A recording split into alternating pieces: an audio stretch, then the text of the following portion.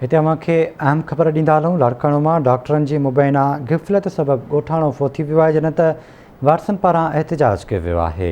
अहम ख़बर आहे, अव्हां ताईं पहुचई पिया। वारिस बेहोश थियल खे इलाज लाइ चांडका इस्पताल खणी आया, जिथे इलाज दौरान फ़ौती वियो। गुलाम मुस्तफ़ा ठीक हो, वॉशरूम बि वियो। इंजेक्शन लॻण सबबि संदसि तबियत ख़राब थी। वारसनि जो चवणु आहे त गिफ़लत कंदड़ डॉक्टरनि ख़िलाफ़ कार्रवाई करे इंसाफ़ कयो वञे। आगाह कयूं पिया, लाड़काणो मां डॉक्टरनि जी मुबैना गिफ़लत सबबि ॻोठाणो फ़ौत थियो आहे। वारसनि पारां एहतिजाज कयो वियो आहे। इन जा अपडेट्स मालूम कंदासीं लाड़काणो मां रशीद समो खां। रशीद, आगाह कजो, छा तफ़सील आहिनि?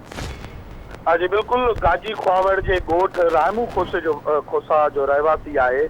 48 साल जो गुलाम मुस्तफ़ा खोसो जो मुबैना तौर कुआ मार दवा खाई बेहोश थी वियो, जैसे वारसन लाड़काने के चांडका अस्पताल के इमरजेंसी वार्ड में इलाज लाइ आंदो, पर जो ॻोठाणो हो गुलाम मुस्तफ़ा खोसो वो उते अस्पताल में फ़ौत थी वियो आहे। हुनजे जेके वारसन आहिनि उन्होंने अस्पताल में एहतिजाजी मुज़ाहिरो किया है ऐं डॉक्टरनि मथां कसरत जो इल्ज़ाम लगाईंदे एहतिजाज किया है। उन मौके ते फ़ौतीअ जे वारसनि जेको आहे मोहम्मद रमज़ान खोसो ऐं ॿियनि जो चवणु हो त गुलाम मुस्तफ़ा खोसो जेको उहो ज़हनी तवाज़ुन उनजो ठीकु न हुयो, जंहिंजे करे अॼु उन सुबुह जो ख़ुदकुशीअ जी कोशिशि कई, जंहिंखे इलाज लाइ लाड़काने जे चांडका अस्पताल में आंदो वियो, पर जेके डॉक्टर आहिनि उन्हनि ग़लति इंजेक्शन हई आहे, जंहिंजे करे ॻोठाणो फ़ौत थी वियो आहे। ऐं हुनजे जेके वारस आहिनि वधीक उन्हनि जो चवणु आहे त डॉक्टरनि ऐं अस्पताल अमले ख़िलाफ़ कार्रवाई करे ऐं असां इंसाफ़ कयो वञे।